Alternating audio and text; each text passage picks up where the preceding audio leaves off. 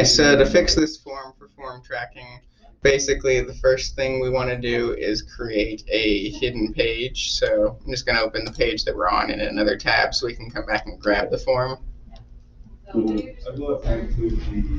If there's already a hidden page for forms, you can just throw it on there. Otherwise, I usually just will make it like a subpage of the contact page.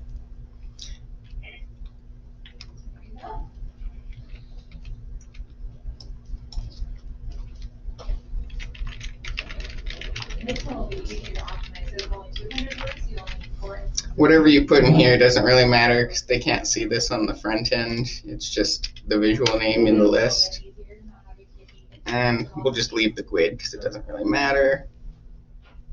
We'll set the parent page to be contact because that's where our form is going to go. And that's really all we need to do.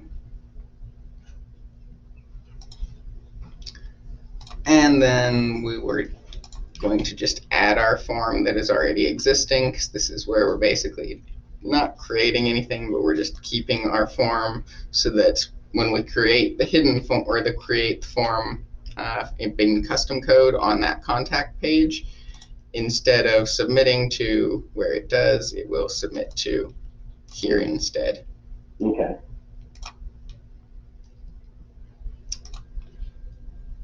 And you would also do this if you wanted to use the same email form on multiple pages.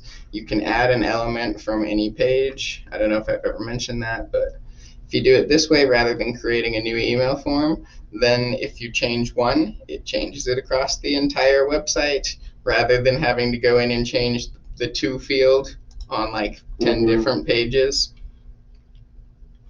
There's really nothing else that we need to do with this one.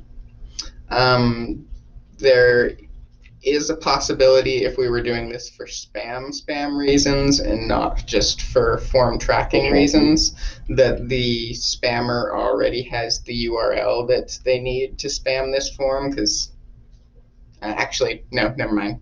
We're doing this to fix Dave's trick because Dave's trick was pre-built in, they don't have it.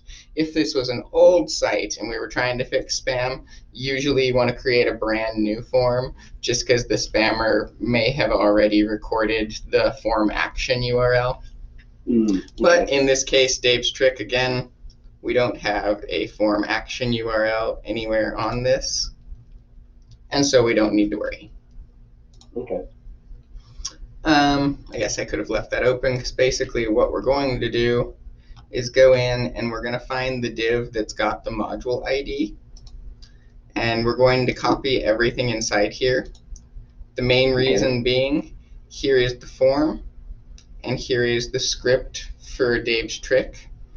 If we copy this whole div, we get the script as well, and the script will reference the same things inside the div. If we were just to copy the form and the script separately, it's actually going to reference differently, because you'll notice that the script references module 49 form. And so if we remove module 49, we no longer can hit the form. Okay. And so we'll just grab all of that. Okay. We'll go back to our contact page where we want it to exist. And this is on the non-hidden page, correct? Yep, this is back on our navigation page. Add that code. We'll create a custom code module. We'll paste it in. Depending on if there was any like weird CSS or other settings, we might need to go and add those, but 9 times out of 10, we will have exactly the same thing. And then we're just going to delete the top one, and we'll save it. All your settings for your form are still going to be adjusted in here, because all that happens is this form sends the data to the script.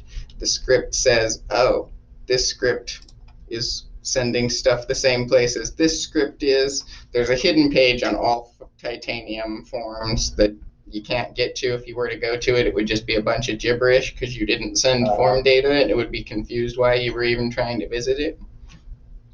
But basically, that's